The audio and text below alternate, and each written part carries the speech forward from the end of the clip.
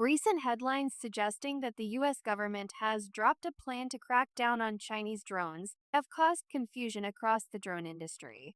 Coverage from outlets including Reuters and the South China Morning Post reported that the U.S. Department of Commerce withdrew a proposal that would have imposed restrictions on Chinese made drones, citing national security concerns. While those reports are accurate in describing a withdrawn Commerce Department proposal, they do not signal a policy reversal and do not change the Federal Communications Commission's FCC recent actions affecting foreign made drones and components in the U.S. market. Understanding the distinction between these actions is critical for operators, manufacturers, and public safety agencies navigating a rapidly shifting regulatory environment. What the Reuters headline refers to. The Reuters report refers to a Department of Commerce proposal that was under internal and interagency review, and which was ultimately withdrawn before being published as a proposed rule. According to Reuters, the proposal had been submitted to the White House for review and later pulled, following earlier commerce actions related to passenger vehicles and trucks. Importantly, this Commerce Department effort never became a formal rule, nor was it published in the Federal Register. As a result, its withdrawal does not repeal or override any existing regulations. It simply means that one potential regulatory pathway was not pursued at that time. Why the FCC ruling still stands?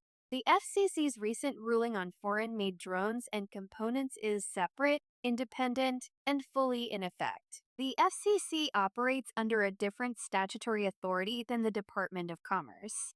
Its actions relate to communications equipment authorization, spectrum use, and national security concerns tied to devices that transmit radio signals in the United States. The FCC's covered list process and related restrictions are not contingent on Commerce Department rulemaking. As a result, nothing about the Commerce Department's withdrawn proposal alters the FCC's decisions, timelines, or enforcement posture. For drone manufacturers and operators, this distinction matters. Even if Commerce does not move forward with a specific trade or supply chain restriction, the FCC can still limit or deny equipment authorization for drones and components that fall under its jurisdiction. Multiple agencies, different tools. The apparent contradiction in headlines reflects a broader reality. U.S. drone policy is being shaped by multiple agencies using different legal tools. The Department of Commerce focuses on trade, supply chains, and national security authorities related to imports and emerging technologies. The FCC regulates radio frequency equipment and communications infrastructure.